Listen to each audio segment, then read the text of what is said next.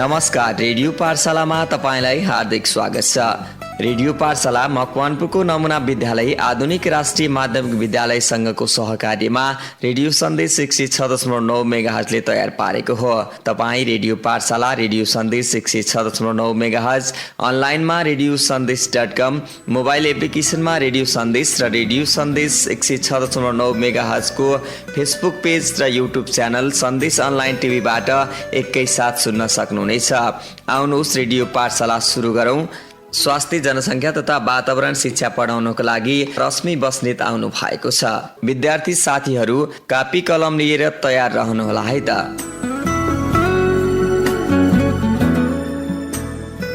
Hello, good morning my dear students. Namaste everyone. Welcome to you all in our 6th day of radio online class. Okay, let's begin. So in our yesterday's class, we discussed about the infrastructure of development. We discussed about the aspects of infrastructures of development, that is physical, social, economic and human. यो भनेको हिजो हामीले infrastructures of development को कुराहरू discuss गर्यौं. So today we are going to read about the indicators of development. आज चाहिँ हामी development को indicators सूचकहरू के रहेछ त भन्ने कुराहरू पढ्न गइरहेका छौं. Okay, so are you all ready? Okay, let's begin. So indicators of development. First, we must know that the United Nations Development Program describes the 3 essentials of development. सबभन्दा पहिला indicators को development को बारेमा पढ्नु पर्दा हामीलाई के कुरा थाहा हुनु पर्यो त भन्दा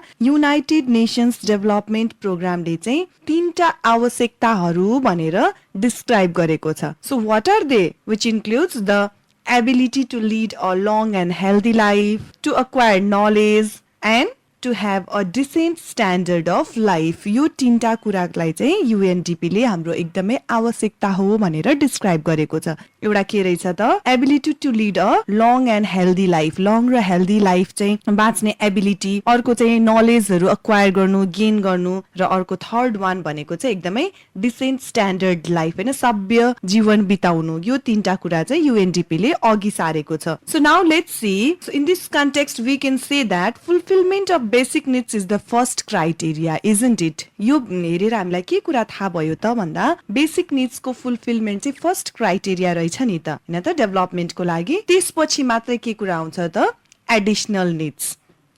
first fulfilment of basic needs and second one is additional needs. यो कुराहरू आउने रहेछ. So the condition of fulfillment of these needs is considered as the indicator of development. अब हामीले के कुरा बुझ्यौं त भन्दा यही आवश्यकताहरू फुलफिल गर्ने कन्डिसन भनेको नै के रहेछ त डेभलपमेन्ट को इन्डिकेटर रहेछ भन्ने कुरा बुझ्यौं. So is that clear? What is indicator of development? Okay, now let's move forward. To make improvement in the living standard through our हाम्रो economic standard, हाम्रो living standard लाई चाहिँ हामीले के गर्नु पर्ने रहेछ त इम्प्रुभ गर्ने पर्ने रहेछ. कसरी? Through economic progress, focus must be given on development of human resource, creation of employment opportunities, increase in the production of goods and mobilization of private sectors. So there are various indicators of development. यो कुराहरुमा चाहिँ progress गर्नु, improve गर्न चाहिँ आवश्यकता रहेछ भन्ने कुरा देखियौ. Now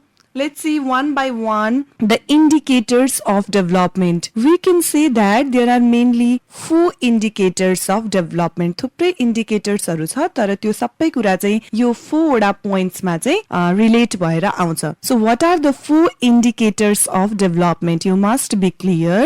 First one is economic progress. Second one is quality of life. Third one is happiness and fourth one is development of human resource. अब यो 4 वटा पोइन्ट मात्रै भनेर त हामीले बुझ्दैनौ विद्यार्थी भाइ बहिनीहरु. So let's read in detail. First about economic progress. पहिला economic progress बाट सुरु गरौँ है त. Economic progress is the primary indicator. We can say that सबभन्दा first indicator development को भनेको चाहिँ economic progress रहेछ. Why? Because progress in other sector is not possible without the progress in economic sector. First मा economic sector मा progress गर्न सकिएन भने अरु सेक्टरमा प्रोग्रेस गर्नको लागि चाहिँ डिफिकल्ट हुन्छ. किन त भन्दाखेरि to acquire the infrastructures like education gain गर्नको लागि, health, communication, transportation, electricity, finance, all these things. Economic strength is essential. हाम्रो इकोनोमिक स्ट्रेन्थ चाहिँ आवश्यकता पर्दो रहेछ हैन, हेल्थको लागि पनि, एजुकेसनको लागि, कम्युनिकेसन, ट्रान्सपोर्टेसन, इलेक्ट्रिसिटी सबैको लागि फर्स्टमा के हुनु पर्यो त इकोनोमिक स्ट्रेन्थ हुनु पर्यो. That's why we can say that progress in other sector is not possible without the progress in economic sector. फर्स्टमा इकोनोमिक सेक्टरमा प्रोग्रेस हुनु पर्यो अनि मात्रै हामीले चाहिँ अरू सेक्टरमा प्रोग्रेस गर्न सक्छौं भनेको. So the countries with good economic position have good foundation of infrastructures for development. हैन, कन्ट्रीको कुरा गर्नु पर्दाखेरि पनि जहाँ चाहिँ गुड इकोनोमिक पोजिसन छ त्यही नै हामीले के गर्न सक्छौं त गुड फाउन्डेसन अफ इन्फ्रास्ट्रक्चर्सहरू फर डेभलपमेन्टको लागि चाहिँ हामीले यो गर्न सक्छौं भन्ने कुराहरू. On the other hand the countries with weak economic condition have poor infrastructures and low development indicators. Good economic condition भयो भने के हुने भयो त इन्फ्रास्ट्रक्चर्स डेभलपमेन्टको लागि पनि राम्रो नै हुने भयो र पुअर भयो भने पुअर इकोनोमिक कन्डिसन भयो भने चाहिँ इन्फ्रास्ट्रक्चर्सहरू पनि पुअर नै हुने भयो र डेभलपमेन्ट इन्डिकेटर्सहरू पनि लो हुने भयो भन्ने कुरा थाहा पायौँ. अब भाइ बहिनीहरूलाई लाग्न सक्छ हाम्रो कन्ट्रीको इकोनोमिक प्रोग्रेस भयो कि भएन अथवा कति भइरहेको छ भन्ने कुरा चाहिँ कसरी थाहा पाउन सक्छौं त भन्ने कुरा लाग्न सक्छ.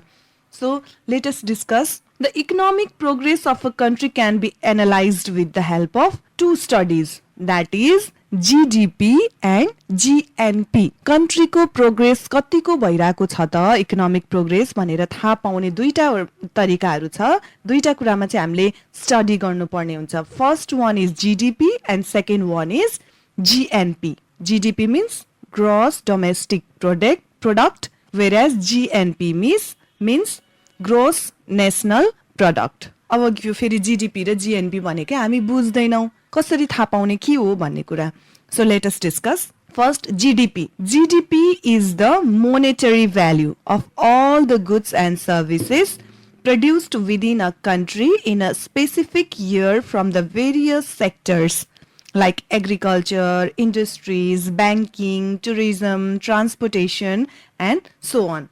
भनेपछि यो चाहिँ जीडीपी भयो. एक वर्षको अवधिभरिमा चाहिँ एउटा देशभित्र उत्पादित वस्तुहरू र सेवाहरूको चाहिँ कुल मूल्य भनेर हामीले भन्न सक्छौं त्यसलाई है. That is GDP. Now what is GNP? अब जीएनपी भनेको चाहिँ के हो त हामीले ग्रोस नेशनल प्रोडक्ट अथवा त्यसलाई चाहिँ जीएनआई पनि भन्न सक्छौं, ग्रोस नेशनल इन्कम हैन.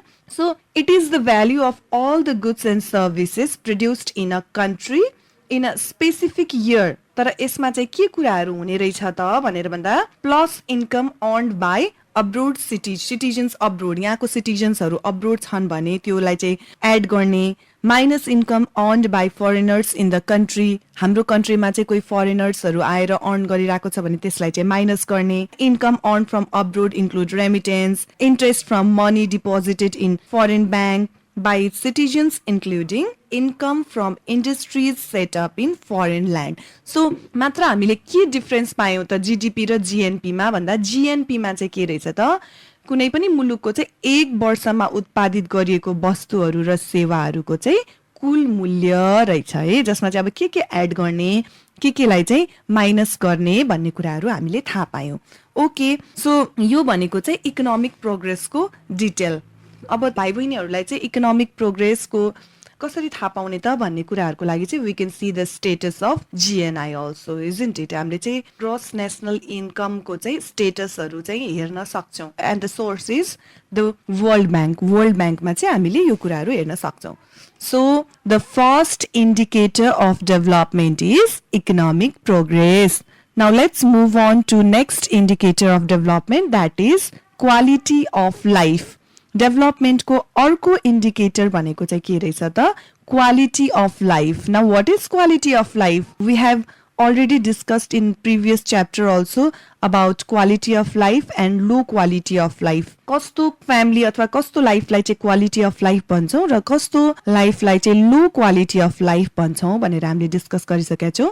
So it would be easy, I think. Now let's begin. Quality of life, it is associated with comfort, productivity, prosperity, of human life human लाइफको चाहिँ comfort productivity प्रोस्पेरिटीसँग चाहिँ रिलेटेड हुन्छ quality of life भनेको so the term quality of life itself is a relative term so that different people from different socio-economic culture and political background make different sense towards it.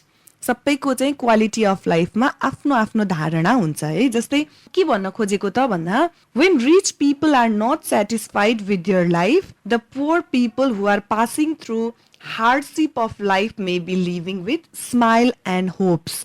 एकदम पिपलहरू चाहिँ rich मात्र भएर हुँदैन यदि उनीहरू चाहिँ आफ्नो लाइफमा सेटिस्फाइड छैनन् भने चाहिँ उनीहरूले के गर्न सकेको हुँदैन त रिच पिपल सेटिस्फाइड छैन भने चाहिँ उनीहरूले एकदम डिफिकल्टिजहरू अराउज भइरहेको हुन्छ आफ्नो लाइफमा so quality of life attain गर्न सकिरहेको हुँदैन सो क्वालिटी अफ लाइफमा चाहिँ यसरी डिफ्रेन्ट डेफिनेसन्सहरू चाहिँ हुने रहेछ now we can say that According to this presumption, people should get the following essentials for the development of the society and nation. Society को development को लागि, nation को लागि, quality of life attain गर्नको लागि चाहिँ यो कुराहरू आवश्यक पर्छ भनेर पनि हामी बुझ्न सक्छौँ. Like every individual should get nutritious food, balanced diet. Adolescents should get appropriate counseling for making appropriate family size. Every family member should get the facility of regular health checkup, isn't it? Regular health checkup is very important. Family members should get proper counseling about marriage, pregnancy, birth spacing, like that. We must clean our environment. We must be safe. Every individual should have access to quality education. They should get opportunity to generate income source for livelihood, isn't it? So all these things are very important to attain quality of life. Now let's go. अब यसलाई पनि अझै डिटेलमा भन्नु पर्दाखेरि चाहिँ हामीले quality of life attain गर्नको लागि मेनली यो तीनटा कुरामा फोकस गर्नुपर्ने हुन्छ. First basic needs oriented approach.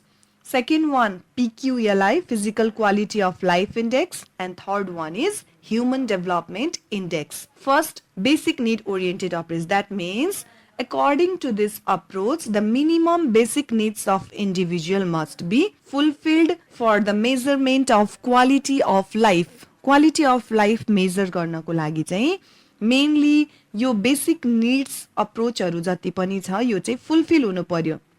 You all know about basic needs, isn't it? That is food, housing, safe drinking water, environmental sanitation, education, employment. These are basic needs. So first कुरा के हुनु पर्ने रहेछ त to attain quality of life? Basic needs oriented approach. Basic needs मा चाहिँ पहुँच हुनु पर्यो. Next one, physical quality of life index. Now what is PQLI? It is a means to measure the quality of life of the people living in the given place or country. एउटा कुनै पनि कन्ट्रीको अथवा ठाउँको चाहिँ नि quality of life major गर्नको लागि PQLI आवश्यक पर्नेछ. So we can say that the value of PQLI is the average of 3 statistics. यसको आधारमा भन्न खोजेको के जस्तै literacy rate, infant mortality rate index and life expectancy index. So यो कुराहरू जस्तै यो तीनटाको आधारमा चाहिँ हामीले physical quality of life index measure गर्न सक्छौँ. The countries or territories having higher PQLI score is assumed as the countries enjoying better quality of life, and the countries having low PQLI score is assumed to be the country with low quality of life. जसको value बढी आयो त्यो कन्ट्रीमा चाहिँ उनीहरूले better quality of life enjoy गरिरहेको छन् भन्ने कुरा थाहा हुन्छ भने जहाँ चाहिँ कम स्कोर आयो त्यहाँ चाहिँ के हुन्छ त low quality of life assume गरिरहेको हुन्छन् भन्ने कुरा हामी थाहा पाउन सक्छौँ. And third one is human development and index.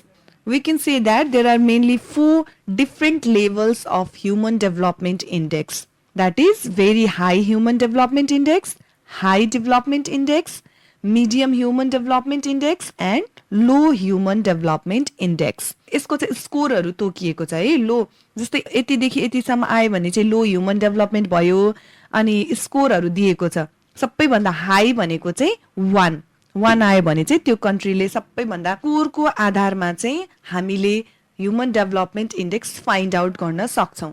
अब कसरी कम्प्युट गर्ने त भन्दा it can be computed with the help of health index, education index and income index, यो तीनटा इन्डेक्सको आधारमा चाहिँ हामीले थाहा पाउन सक्छौँ भनेर बुझ्नु पर्यो. So this one is about, now listen, focus needs to be given in the following aspects in order to acquire quality of life. अब लास्टमा यसको कन्क्लुजनमा हामी के बुझौँ त भन्दा क्वालिटी अफ लाइफ अटेन गर्नको लागि हामीलाई यो कुराहरू आवश्यक पर्छ. Saving, balance diet, gender equity, proper parenting, small family size, proper birth spacing, proper age of marriage, provision of quality education and provision, and proper age at first conception. So this one is the second indicator of development, that is quality of life. Now let's move on to third indicator of development, that is happiness. Happiness is very important for development, isn't it? So we can say that happiness is the overall enjoyment of life as a whole. So can be taken as an important foundation of development indicator. हामी सधैँ खुसी भयौँ भने चाहिँ development work possible हुन्छ भनेर भन्न खोजेको. So there are 7 domains which are considered as positive or negative infrastructures of development. Mainly चाहिँ यहाँ 7 वटा क्षेत्रहरूलाई समेटिएको छ ह्याप्पीनेसमा चाहिँ. First one is economic progress. We can say that in this aspect, the individuals earning the average earning and the distribution condition of the income of the total individuals of the country is taken into consideration. अब यसमा मैले सरसर्ती भन्नु पर्दाखेरि चाहिँ ह्याप्पीनेसको लागि चाहिँ 7 वटा यो एरियाजहरूलाई चाहिँ बढी फोकस गरिएको हुन्छ है. First one economic progress. अब इकोनोमिक प्रोग्रेस भयो भने हामी चाहिँ ह्याप्पी हुन सक्छौँ. Environmental progress. इन्भाइरोमेन्टल प्रोग्रेस भनेको चाहिँ अब land, water, air, noise, transportation system, यो सबै कुरालाई कन्सिडर गरिन्छ. Physical progress. फिजिकलमा चाहिँ जस्तै हामी डिसेबल भयौँ, ओबेसिटी भयो होइन, डिजेनरेटिभ डिजिजहरू हामीलाई लाग्दै गयो भने हामी फिजिकल्ली हेल्दी हुन सक्दैनौँ. सो फिजिकल प्रोग्रेसले पनि हामीलाई ह्याप्पीनेस दिन्छ. Next one mental progress. Mental प्रोग्रेसमा चाहिँ के कुराहरू आउँछ त भन्दा use and non use of medicines to reduce mental stress. Next one workplace efficiency. अर्को भनेको चाहिँ हामी आफ्नो काममा चाहिँ दक्ष हुनु पर्यो अनि हामीले खुसी हासिल गर्न सक्छौँ कि. like opportunity to work, unemployment, complain against the performance at the workplace, यो सबै कुराहरू चाहिँ workplace efficiency मा आउँछ. Next one social progress. Social प्रोग्रेसमा चाहिँ कस्तो कुराहरू आउँछ त भन्दा जस्तै सेक्युरिटी, डिभोर्स, डोमेस्टिक भाइलेन्स, यो कुराहरू चाहिँ सोशल प्रोग्रेसमा आउँछ. And last one is political progress. Nowadays political progress is very important, isn't it? It is the issues like the condition of democracy, individual freedom, including internal as well as external conflict also. So mainly there are 7 domains or 7 progress of happiness. So यो 7 वटा areas मा progress हुन सके भने चाहिँ ह्याप्पीनेस हामीले gain गर्न सक्छौं भन्ने कुरा हो. Now let's see last one, that is development of human resource. So the concept of human resource as an infrastructure of development and its optimum mobilization was introduced in 1990. Like other indicators, it is not possible to mobilize other resources with the development of human resource. Human resource develop नभइकन अरु areas मा अथवा चाहिँ अरु development गर्न पनि possible छैन. So realising this fact, यो फ्याक्टलाई नै रियलाइज गरेर के कुरा थाहा भयो त भन्दा द स्ट्र्याटेजिज हेभ बीन फर्मुलेटेड. एउटा स्ट्र्याटेजिज बनायो and programs have been conducted accordingly to develop the capacity of the manpower, especially in developing countries. के त भन्दाखेरि के बुझ्नु पर्यो भाइ बहिनीहरुले यसबाट भन्दाखेरि we know that natural resources are passive resources, isn't it? Whereas human resources is the active resource. Natural resources भनेको त passive हुन्छ तर human resource भनेको के हो त active हो. So natural resources can be useful only with the help of the effort provided by human resource. हामी human resource ले गर्दाखेरि नै हामीले चाहिँ नेचरलाई के गर्न सक्छौं त एक्टिभ बनाउन सक्छौं भन्ने कुरा बुझ्नु पर्यो. So being a rational being हाम्रो चाहिँ हाम्रो इन्टेलिजेन्स, हाम्रो लेबरले गर्दाखेरि हामीले चाहिँ नेचुरल रिसोर्सेसलाई प्रपरली युज गर्न सक्छौं. Although there is adequate natural resources, the development of that place is not possible in the absence of capable and wise human resources. Natural resources जति भए पनि यदि त्यो ठाउँमा चाहिँ ह्युमन रिसोर्सहरू क्यापेबल छैन भने के हुँदैन त त्यो नेचुरल रिसोर्सेसलाई प्रपरली युटिलाइज गर्न सकिँदैन so people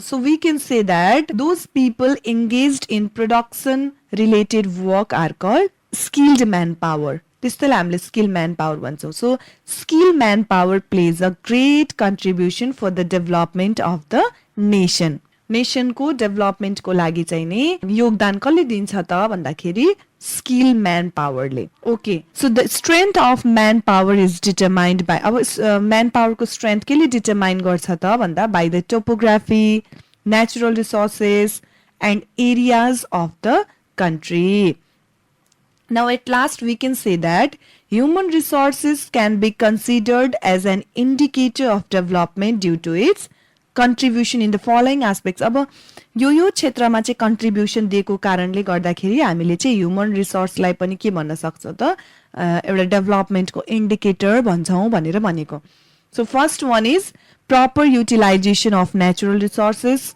second one is increase in production third one is utilization of physical capital. Next one is modernization of agriculture.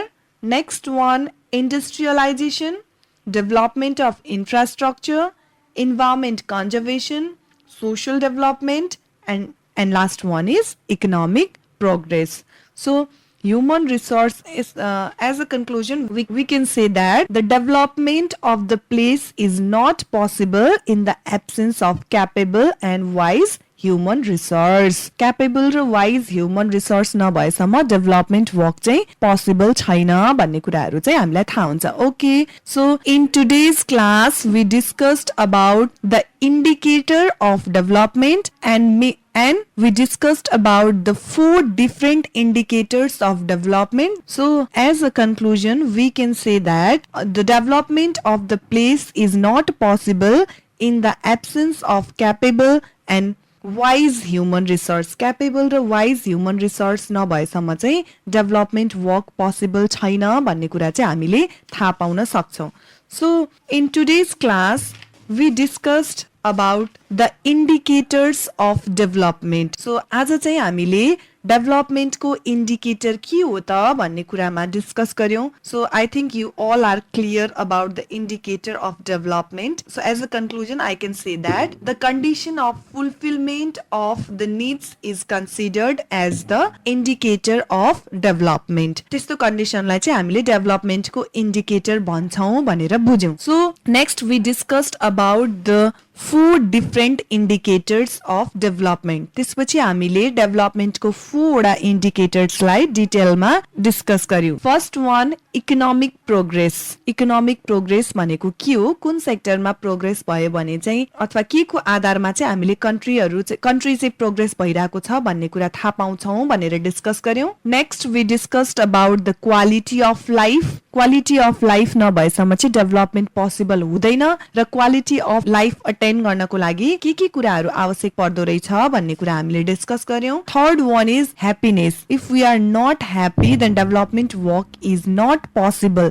So हामी ह्याप्पी हुनुपर्छ भन्ने कुरा हामीले थाहा पायौं त्यो कारणले गर्दाखेरि ह्याप्पी भएर वर्क गर्दाखेरि जुनसुकै वर्कहरू पनि के हुन्छ त परफेक्ट हुन्छ हैन सो त्यो कारणले गर्दाखेरि डेभलपमेन्ट एक्टिभिटीज अथवा डेभलपमेन्ट वर्कको लागि चाहिँ ह्याप्पीनेस इम्पोर्टेन्ट रहेछ भन्ने कुरा डिस्कस गर्यौं and at last we discussed about the development of human resource र लास्टमा हामीले के डिस्कस गर्यौं त भन्दा ह्युमन रिसोर्स डेभलप नभएसम्म अरु कुनै पनि सेक्टरमा डेभलपमेन्ट वर्क पोसिबल हुँदैन So human resource development is very important. So यो 4 वटा indicatorsहरु आज हामीले डिस्कस गर्यौं.